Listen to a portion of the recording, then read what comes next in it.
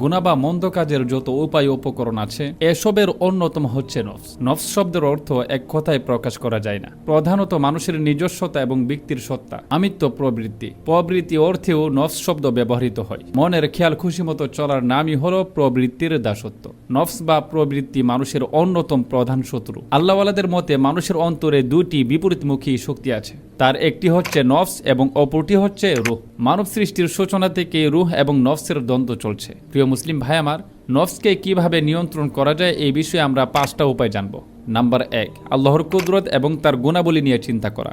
আল্লাহ তাআলার অসীম শক্তি এবং তার গুণাবলী নিয়ে চিন্তা ফিকির করলে স্বাভাবিকভাবে মানুষের নফস দুনিয়া থেকে মুক্ত হয়ে আল্লাহর দিকে ঝুঁকে যায়। মানুষ যখন মহান আল্লাহ রব্বুল আলামিনের গুণাবলী নিয়ে চিন্তা ফিকির করবে, তখন ধীরে ধীরে আল্লাহ তাআলার আজমত এবং তার ভয় তার অন্তরে বসে যাবে এবং শরীয়তের উপর জীবনযাপন করা তার জন্য সহজ হয়ে যাবে। আল্লাহ তাআলা বলেন, যারা আল্লাহকে দণ্ডায়মান, উপবিষ্ট এবং শায়িত অবস্থায় স্মরণ করে এবং আসমান ও জমিনের সৃষ্টির ব্যাপারে চিন্তা করে এবং বলে, হে আমাদের প্রতিপালক, তুমি এসব অনর্থক সৃষ্টি করোনি, তোমার পবিত্রতা বর্ণনা করছি, সুতরাং আমাদেরকে অগ্নির শাস্তি থেকে রক্ষা করো। সূরা আল ইমরান আয়াত নং 191। নাম্বার 2, আত্মশুদ্ধির সাধনায় নিয়োজিত হওয়া। আল্লাহ তাআলা সূরা শামসের 9 নং আয়াতে বলেন যে নিজের আত্মাকে পরিশুদ্ধ করে সে সফল কাম। হাদিস শরীফে আছে, প্রত্যেক মানব দেহে একটি গোশতের টুকরা রয়েছে, যখন সেটি সুস্থ থাকে তখন মানব দেহ সুস্থ থাকে, আর যখন সেটি অসুস্থ হয়ে পড়ে তখন মানব দেহ বরবাদ হয়ে যায়। জেনে রাখো, সেটাই হলো কলব বা আত্মা।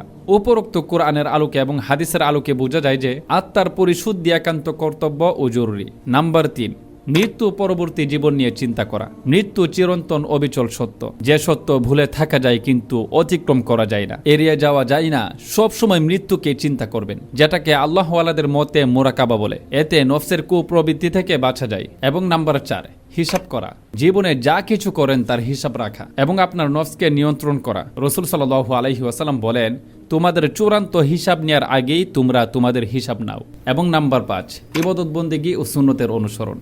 রাসূল সাল্লাল্লাহু আলাইহি ওয়াসাল্লামের সুন্নতের অনুসরণ ও জিকির আজগারের মাধ্যমে নফসকে গুনাহের প্রবণতা থেকে নিয়ন্ত্রণ করা যায়। সঙ্গে নফসের বিরুদ্ধে আচরণ করার ক্ষেত্রে সাধনাকে আরো দৃঢ় ও মজবুত করতে হবে। পাশাপাশি কম কথা বলা, কম খাওয়া ও কম ঘুমানো, মানুষের সঙ্গে কম মেলামেশা করা প্রয়োজন।